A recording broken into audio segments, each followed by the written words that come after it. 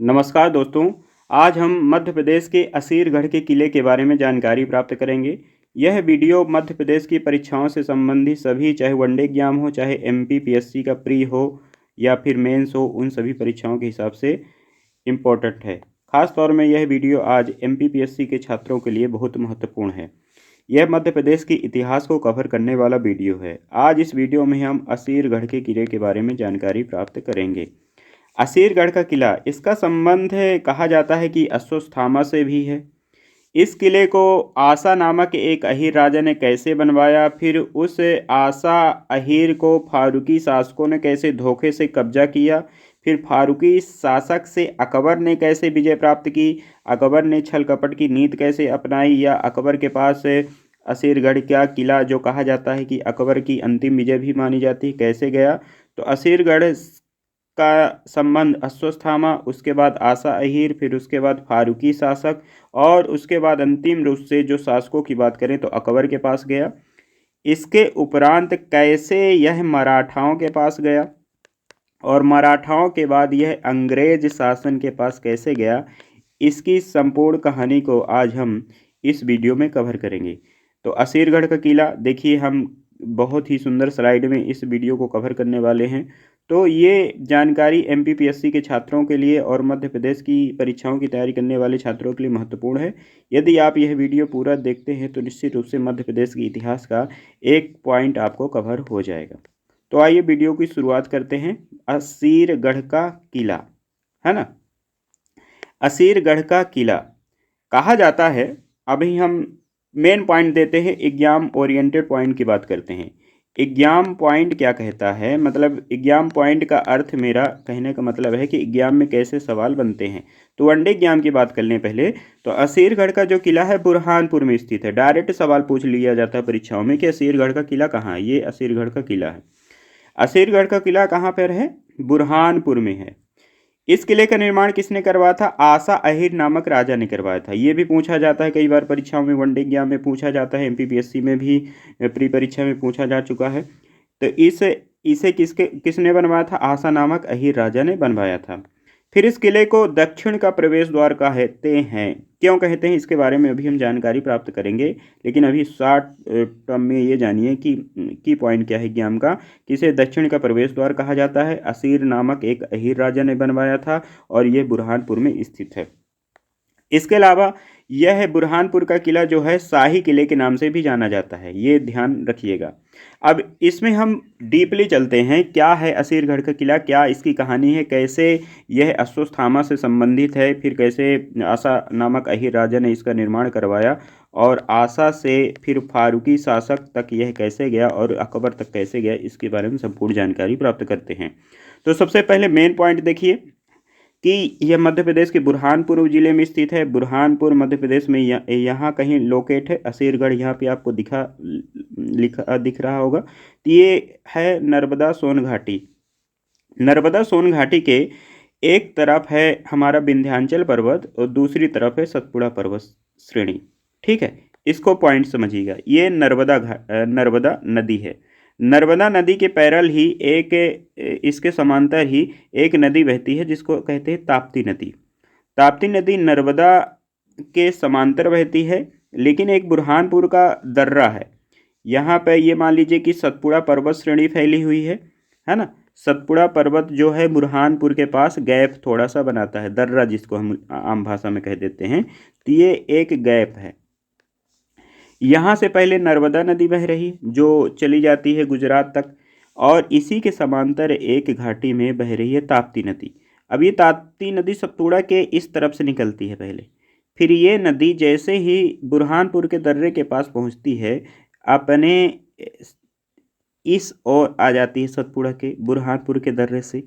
और यही वो गैप है जो कभी रास्ता माना जाता था कि नॉर्थ के लोग साउथ तक कैसे जाएंगे। तो ये एक पहाड़ी है और इसके बीच में जो गैप है, इसी गैप से लोग जाया करते थे। तो इसी पहाड़ी पर एक किले का निर्माण कराया जाता है। ऊंची पहाड़ी पर करीब समुद्र तल से 250 फीट ऊंचा यहाँ पे ऊंचाई है, जहाँ पर इस किले को निर्माण बनाया जाता है।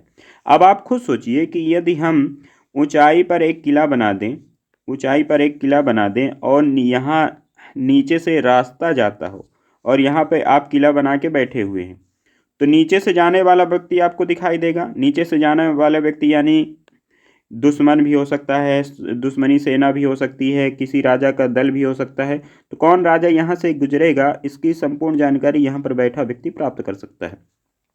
तो यहीं पर आसा नामक अहीर राजा ने वास्तव में एक किले का निर्माण कराया था, ताकि यहाँ से आने जाने वाली रास्ते पर नज़र भी रख सके। खास तौर पर उसने गाय पाली हुई थी, तो गायों को सुरक्षा करने के लिए भी यहाँ पर उसने पहाड़ी पर ये अपना किला बनाया हुआ था। तो आइए हम इसको विस्तार से समझते हैं। ठीक है, क्या है असीरगढ़ की असली कहानी। तो वीडियो थोड़ा सा लंबा भी हो सकता है, थोड़ा सा धैर्य रखेंगे तो निश्चित रूप से आपको पूर्ण रूप से जानकारी प्राप्त होगी। तो आइए आगे बढ़ते हैं नेक्स्ट स्लाइड पर। यहाँ पे आपको एक इम्पॉर्टेंट जानकारी, पहले तो ये असीरगढ़ का किला है, ये सीढ़ी बनी हुई है असीरगढ़ की ऊंचाई पर, करीब 250 फुट की ऊंचाई पर है। यहाँ पे मैंने मेंशन भी किया है, समुद्र तल से 250 फुट की ऊंचाई पर है। तो असीरगढ़ का किला बुरहानपुर जिले में स्थित है, ये आपको प्राप्त हो चुका है जानकारी। लेकिन असीरगढ़ का जो ऐतिहासिक किला है बुरहानपुर से लगभग 20 किलोमीटर की दूरी पर उत्तर दिशा में सतपुड़ा पर्वत पर स्थित है, 250 फीट की ऊंचाई पर स्थित है। ये जानकारी आपको हुई। इसके बाद इतिहासकारों ने इसे बाबा ए दक्कन यानी दक्षिण का प्रवेश द्वार या कलोद ए दक्कन यानी दक्षिण की कुंजी के नाम से भी पुकारा है। ये एग्जाम पॉइंट है ना, परीक्षा के लिहाज से ये जरूरी पॉइंट है, ये आपको डायरेक्ट परीक्षा में 1 नंबर दिलवा सकता है। तो बाब ए दक्कन यानी दक्षिण का द्वार और कलोद ए दक्कन यानी दक्षिण की कुंजी के नाम से भी इसे जाना जाता है, क्योंकि इस किले पर विजय प्राप्त करने के पश्चात दक्षिण का द्वार खुल जाता था और विजेता का संपूर्ण खानदेश पर कब्जा हो जाता था। यहाँ पर खानदेश से आपको जानकारी ये प्राप्त करना है कि खानदेश बुरहानपुर के इलाके को कहा जाता था। यहाँ सतपुड़ा पूरा फैला हुआ है, सतपुड़ा से दक्षिण की तरफ जाएंगे ये पूरा का खान प्रदेश पड़ता था। ये जानकारी आपको होनी चाहिए। तो ये हमें नेक्स्ट स्लाइड पर चलते हैं और क्या जानकारी प्राप्त होती है। यहाँ पर आप देखेंगे कि कुछ इतिहासकारों ने इस किले को महाभारत के एक योद्धा जो द्रोणाचार्य का पुत्र था अश्वत्थामा, उससे भी संबंध बताया है। अब ये अगर आपने महाभारत कभी देखा होगा रामानंद सागर का, या फिर जो महाभारत टीवी सीरियल में एक समय पर प्रचलित था, उसमें आपने अश्वत्थामा को देखा होगा, है ना। अश्वत्थामा को यदि आप जानते हैं तो आपको ये भी पता है कि अश्वत्थामा को जो था अमरता का वरदान प्राप्त था। कहा जाता है कि उसके मत्थे पर एक मणि थी और कृष्ण भगवान ने अंतिम बार इसके माथे से मणि निकलवा ली थी भीम के माध्यम से, और आज तक इसे मारा नहीं गया है, ये आज तक धरती लोक में फिर रहा है। कहा जाता है कि पागलों के रूप में या विचित्र रूप से जो व्यक्ति पाए जाते हैं वो अश्वत्थामा के रूप हैं। खैर ये मान्यता की बात है, कोई ऐतिहासिक प्रमाण इसके बारे में स्पष्ट रूप से ज़्यादा नहीं मिलते हैं, फिर भी हम थोड़ा बहुत इनके बारे में जानकारी प्राप्त करते हैं इतिहास के माध्यम से। तो जो अश्वत्थामा था, बुरहानपुर के पास एक गुप्तेश्वर महादेव का मंदिर था। महादेव का मंदिर, गुप्तेश्वर मंदिर, ये कहाँ पे है पहले तो ये जान लीजिए कि बुरहानपुर में है, खानदेश में पड़ता है। इसके समीप एक सुंदर सुरंग है जो असीरगढ़ के तक लंबी जाती थी। ये मानिए कि एक गुप्तेश्वर मंदिर है और यहाँ पर असीरगढ़ का किला बना हुआ है। यहाँ मंदिर से सुरंग जाती थी सीधे असीरगढ़ के किले के पास। ठीक है, ऐसा कहा जाता है कि पर्वों के दिन यानी त्योहारों के दिन अश्वत्थामा ताप्ती नदी में स्नान करके, अभी हमने बताया ना ताप्ती नदी कहाँ से, इस दिशा से इस दिशा में चली जाती है। ये मान लीजिए कि आप सतपुड़ा के नॉर्थ से सतपुड़ा के साउथ में चली जाती है। तो अश्वत्थामा ताप्ती नदी में स्नान करके आता है और बाद में गुप्तेश्वर की पूजा करने के उपरांत लौट जाता है। तो अभी भी अश्वत्थामा जिंदा है ऐसा माना जाता है। इसके बाद हम देखते हैं कि मोहम्मद कासिम के कथानुसार, एक मोहम्मद कासिम इतिहासकार हैं, ये मोहम्मद बिन कासिम मत समझिएगा, ठीक है। इसके कथानुसार इसका निर्माण यादव वंश के क्षत्रिय राजा आसा अहीर ने किया था। अब हम जानते हैं कि ये देखिए आसा नामक अहीर राजा ने इस किले को बनवाया था। अब क्यों बनवाया था इसके बारे में जानकारी प्राप्त करते हैं। तो मोहम्मद कासिम के कथानुसार इसका निर्माण यादव वंश के क्षत्रिय राजा आसा अहीर ने करवाया था। अब ये अहीर है ना, यादव वंश का राजा है, यादव है, गाय भैंस पालने का शौकीन है। तो आसा अहीर के पास हजारों की संख्या में गाय थी। ठीक है, उनकी सुरक्षा हेतु ऐसे ही सुरक्षित स्थान की आवश्यकता थी। मतलब जो ये आसा नामक अहीर था, इसके पास बहुत सारी क्या थी, गाय थी। अब गाय को सुरक्षित रखने के लिए इसको स्थान की आवश्यकता थी, और स्थान था ये सतपुड़ा पर्वत की ऊंचाई 250 की ऊंचाई पर वो अपना चूना, मिट्टी, पत्थर, ईंट, बालू इकट्ठा करता है और एक ऊंची दीवार बनाकर किला का निर्माण करता है। तो गायों की सुरक्षा हेतु ऐसे ही सुरक्षित स्थान की आवश्यकता थी। वह इस स्थान पर 15वीं शताब्दी में आया और इस स्थान पर ईंट, बालू, चूना और पत्थरों की कुंजी मतलब ऊंची दीवार का निर्माण करवाता है। किले में प्रवेश के लिए भारी भरकम दरवाजे का भी निर्माण करवाता है, और आसा अहीर के नाम पर ही इस किले का नाम असीरगढ़ का किला पड़ गया। ठीक है, इसके बाद असीरगढ़ कुछ समय के लिए मराठा वंश के राजाओं के आधिपत्य में भी जाता है, जिसका उल्लेख यादव जाति के इतिहासकारों से ही मिलता है। लेकिन हम डायरेक्ट अभी असीरगढ़ का किला आसा से मराठाओं को नहीं देंगे। अभी जो असीरगढ़ का किला है ये आसा अहीर से जाएगा फारूकी शासक के पास। देखते हैं कैसे जाता है। फिर फारूकी से छीनता है अकबर। अकबर के पास कैसे जाता है इसकी भी जानकारी हम नेक्स्ट स्लाइड में प्राप्त करते हैं। तो देखिए, कुछ समय बाद असीरगढ़ के किले की जो प्रसिद्धि थी भाई, पहाड़ पर स्थित है। पहाड़ पर स्थित है, इसकी प्रसिद्धि दूर दूर तक फैल गई। और फिरोज शाह तुगलक का एक सिपाही था मलिक खान। इसका एक पुत्र था नसीर खान। नसीर खान फारूकी, जिसको असीरगढ़ के किले के बारे में जानकारी प्राप्त हुई और वह असीरगढ़ के किले से प्रभावित हुआ। वह बुरहानपुर आया, उसने आसा अहीर से भेंट की, है ना। ये फिरोज शाह का एक क्या है, सिपाही है मलिक खान। मलिक खान का बेटा है नसीर खान फारूकी। यह बुरहानपुर आया और उसने आसा अहीर से भेंट की और निवेदन किया कि मेरे भाई और बलकाना के जमींदार मुझे परेशान करते हैं। ये देखिए, ये आता है और आसा अहीर से प्रार्थना करता है कि मेरे भाई और बलकाना के जमींदार मुझे परेशान करते हैं एवं मेरी जान के दुश्मन बने हुए हैं, इसलिए आप मेरी सहायता करें और मेरे परिवार के लोगों को इस सुरक्षित स्थान पर शरण दें। कुल मिला के इसने अपनी कृपा प्राप्त की किससे, आसा अहीर के पास। आसा अहीर के पास कौन आया, ये फारूकी शासक आया और कहता है कि मुझे अपने जगह पर, अपने किले पर सुरक्षित स्थान दे। भाई आसा अहीर दयालु था, ज़्यादा उसको दांव पेच नहीं आता था, उसने फारूकी को शरण दी। अब उसके बाद क्या होता है देखते हैं। आसा अहीर उदार व्यक्ति था। उसने नसीर खान की बात पर विश्वास कर लिया और उसे किले पर क्या रहने की आज्ञा दे दी। इसके बाद क्या हुआ, नसीर खान ने पहले तो कुछ डोलियां महिलाओं और बच्चों का भिजवाया। भाई उसने कहा ना कि मेरा भाई मुझे परेशान करता है, मुझे किले में परेशान किया जाता है, तो उसने पहले कुछ डोलियां और बच्चों को भिजवाया ताकि आसा अहीर को ये लगे कि भाई वो अपना परिवार ला रहा है, अपने साथ कुछ व्यक्तियों को ला रहा है जो वहाँ पे सुरक्षित नहीं हैं। तो उसने पहले महिलाओं को और बच्चों को भिजवाया डोली में बिठाकर। फिर पीछे से कुछ डोलियां उसने सुसज्जित सिपाहियों और योद्धाओं की भेजी, हथियार डाले हुए कुछ। पहले तो उसने महिलाओं की टोली भेजी और बच्चों की टोली भेजी, फिर पीछे से कुछ सैनिक भी भेज दिए ताकि आसा नामक अहीर राजा को हम धोखे से पराजित कर सकें। आसा अहीर और उसके पुत्र स्वागत के लिए आए। भाई ये अच्छे व्यक्ति थे, तो आसा अहीर और उसके पुत्र स्वागत के लिए आए, फारूकी शासक का स्वागत करते हैं। जैसे ही डोलियों ने किले में प्रवेश किया, डोलियों में से निकलकर एकदम आसा अहीर और उसके पुत्रों पर हमला कर दिया गया, क्योंकि डोलियों पर कुछ छद्म रूप बनाए हुए कुछ व्यक्ति बैठे हुए थे।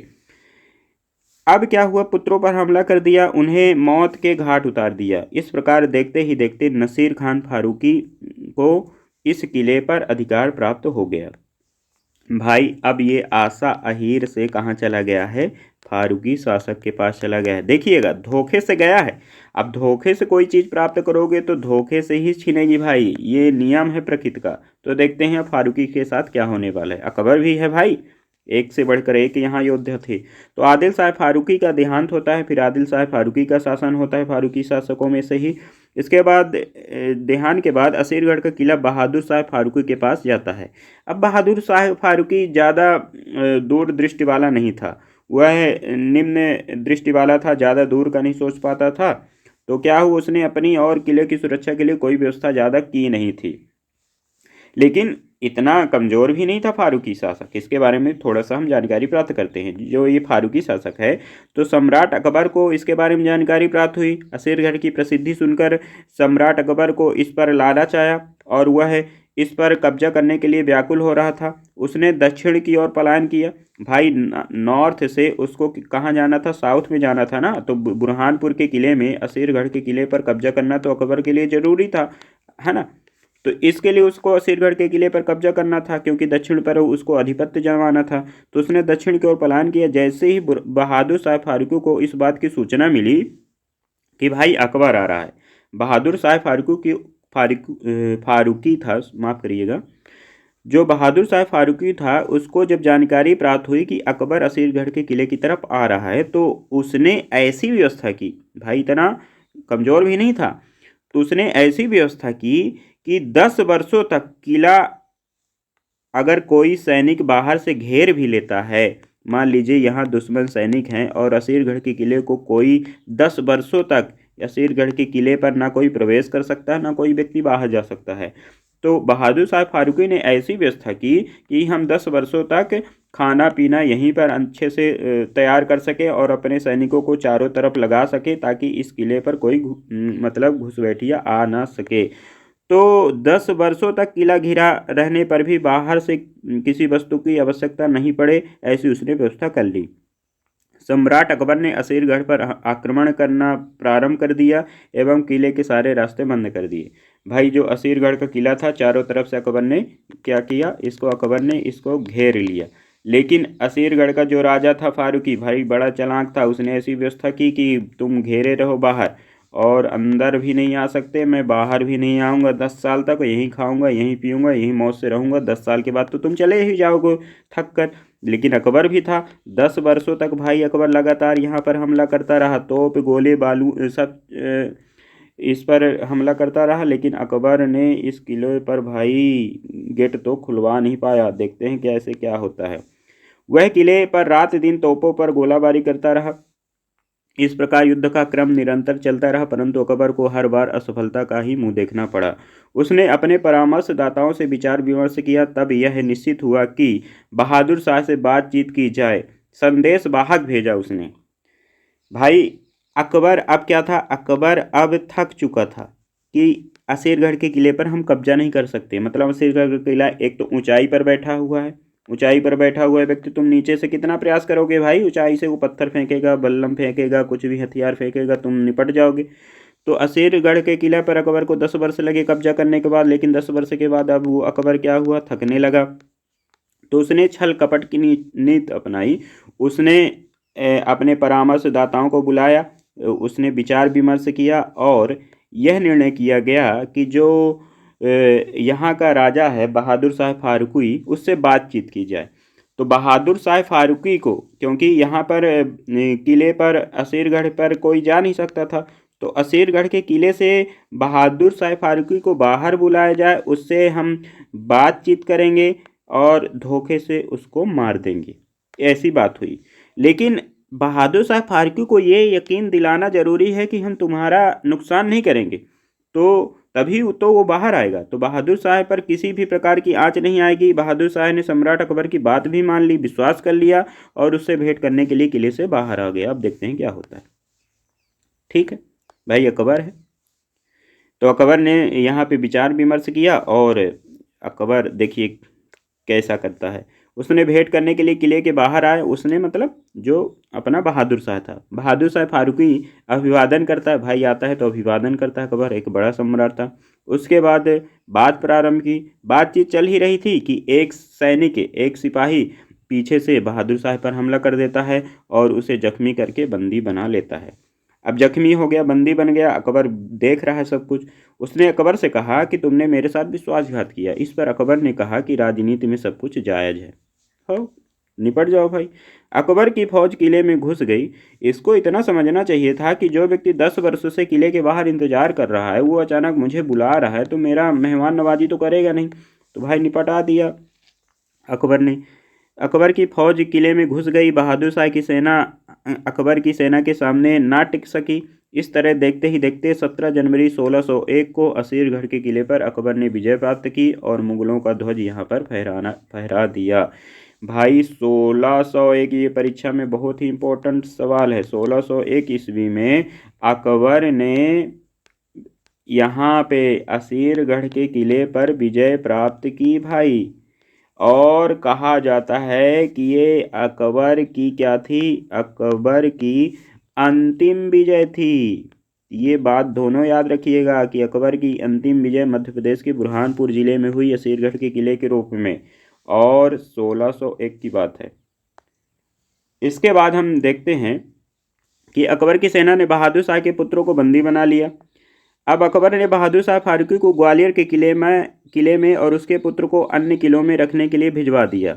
जिस प्रकार फारूकी शासक ने छल कपट से, राजनीति से, धूर्तता से यह किला प्राप्त किया था, उसी प्रकार से छल कपट या धूर्तता की नीति अपना कर ही उससे यह किला छीन लिया गया, है ना। असीरगढ़ पर मुगलों का आधिपत्य स्थापित के पश्चात फारूकी वंश का पतन हो जाता है। प्रसिद्ध इतिहासकार फरिश्ता एक प्रसिद्ध इतिहासकार है। वह लिखता है कि अकबर जैसे बादशाह को भी असीरगढ़ के किले को हासिल करने के लिए सोने की चाबी का प्रयोग करना पड़ा। यहाँ सोने की चाबी का प्रयोग करना की बात इसलिए है कि छल कपट की नीति अपनाई। मतलब किसी को, सामने वाले को लालच दो कि हम तुमको सोना चांदी देंगे, तुम ये दरवाज़ा खोल दो, हम तुम्हारे किले के अंदर प्रवेश करेंगे, तुमको राजा मंत्री बना देंगे, अपने मंत्रिमंडल में शामिल कर लेंगे। तो जैसे ही फारूकी सम्राट बहादुर शाह बाहर आता है, उसको मारा जाता है। फिर किला जो गेट बंद था उसको खुलवाने के लिए लालच देता है, सोने की चाबी अपनाता है और असीरगढ़ के किले पर कब्जा करता है। तो यही बात वहाँ पे फरिश्ता कह रहा है। इसके बाद हम देखते हैं कि अकबर के शासन के पश्चात 1760 में यह मराठाओं के पास चला जाता है। अब जैसे ही मुग़ल कमज़ोर होते हैं तो 1760 में यह मराठाओं के पास जाता है और 1819 तक यह मराठाओं के अधिकार में रहता है। मुग़लों को जो सबसे ज़्यादा परेशान करने का कार्य किया है वो कहा जाता है कि मराठा शासकों ने किया है। एक वीडियो हम मराठा शासकों के बारे में भी लाएंगे। इसके पहले हम मराठाओं के बारे में थोड़ा पढ़ भी चुके हैं, लेकिन एक वीडियो और लाएंगे। तो मराठा के जब पतन हो जाता है, इसके पास अंग्रेज़ों का, है ना। तो ये क्रम याद रखिएगा कि पहले आशा अहीर है, फिर उसके बाद फारूकी है, उसके बाद अकबर है यानी मुग़ल हैं, इसके बाद मराठा है और इसके बाद अब अंग्रेज आ जाएंगे। ठीक, तो मराठाओं के पतन के पश्चात यह किला अंग्रेजों के अधिपत्य में आ गया। अब ये वीडियो थोड़ा सा लंबा हो जाएगा, नहीं तो इसके बारे में मैं थोड़ा सा और जानकारी देता। अगर आप चाहते हैं तो कमेंट के माध्यम से बता सकते हैं, तो मैं एक और वीडियो ला दूंगा इसी के बारे में। तो मराठाओं के पतन के पश्चात यह किला 1904 में अंग्रेजी सेना के पास चला गया और तब से यहाँ पे अंग्रेजी सेना निवास करती है। वर्तमान में असीरगढ़ का किला 3 भागों में विभाजित है। ऊपर का जो भाग है उसे असीरगढ़ कहा जाता है, जो ऊपर का भाग है उसे असीरगढ़ कहा जाता है। मध्य के भागों को कमरगढ़ और निचला भाग को मलयगढ़ कहा जाता है। ये मान लीजिए कि ऊपर के भाग को असीरगढ़, बीच वाले भागों को क्या कहा जाता है, कमरगढ़, और नीचे वाले भाग को मलयगढ़ कहा जाता है। तो ये मलय है, मलयगढ़ है, ये कमरगढ़ है और ये असीरगढ़ है। ये सभी एक ही जगह पर हैं, बस इसको नाम दे दिया गया है। तो ये है एक शॉर्ट वीडियो या फिर डीप वीडियो भी कह लीजिए, जो MPPSC या फिर मध्य प्रदेश की परीक्षाओं के हिसाब से ज़रूरी है। तो असीरगढ़ के किले के बारे में ये जानकारी है। अभी तक मैंने ये भी नहीं कहा कि आप मेरे वीडियो को लाइक करिए, शेयर करिए, सब्सक्राइब करिए। यदि आपको पसंद आता है तो मेरा कॉन्फिडेंस बढ़ाने के लिए आप इस वीडियो को लाइक कर सकते हैं। यदि आपको लगता है तो मेरे दोस्त के हिसाब से आप इसको लाइक कर सकते हैं, इसको शेयर कर सकते हैं और इस मेरे चैनल को क्या कर सकते हैं, सब्सक्राइब कर सकते हैं। आपकी मर्ज़ी है, लेकिन आपसे थोड़ा सा निवेदन भी है कि चैनल को सब्सक्राइब करें ताकि मुझे मोटिवेशन बने और इसी तरह मैं आपके लिए उपयोगी वीडियो लाता रहूं। तो तब तक के लिए थैंक यू सो मच। जय हिंद।